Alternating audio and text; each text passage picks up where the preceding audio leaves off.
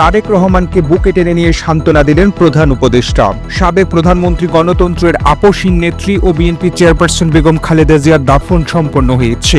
আজ বুধবার বিকেল ৫টায় শহীদ রাষ্ট্রপতি জিয়াউর রহমানের পাশে তাকে রাষ্ট্রীয় মর্যাদায় সমাহিত করা হয়। এর আগে বেলা ৩টায় রাজধানীর মানিক মিয়া এভিনিউতে বেগম খালেদা জিয়ার জানাজা অনুষ্ঠিত হয়। স্মরণকালে সর্ববৃহৎ জানাজায় অংশ নিতে আসা মানুষের ভিড় সংসদ ভবন এলাকা ছাড়িয়ে কয়েক কিলোমিটার পর্যন্ত বিস্তৃত হয়ে এক মহাসমুদ্রে রূপ নেয়।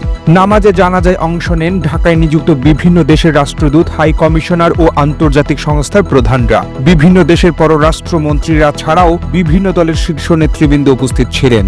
জানাজার সম্মুখ সারিতে ছিলেন প্রধান উপদেষ্টা প্রফেসর ডক্টর মোহাম্মদ ইউনূস। এ সময় বেগম খালেদা জিয়ার শোকাহত জ্যেষ্ঠ পুত্র ও বিএনপির ভারপ্রাপ্ত চেয়ারম্যান তারেক রহমানকে প্রধান উপদেষ্টা প্রফেসর মোহাম্মদ ইউনূস বুকে টেনে নিয়ে সান্ত্বনা জানাতে দেখা যায়। এই ভিডিওটি আপনি বাংলাদেশের কোন জেলা থেকে দেখছেন আমাদের কমেন্ট করে জানিয়ে দিন।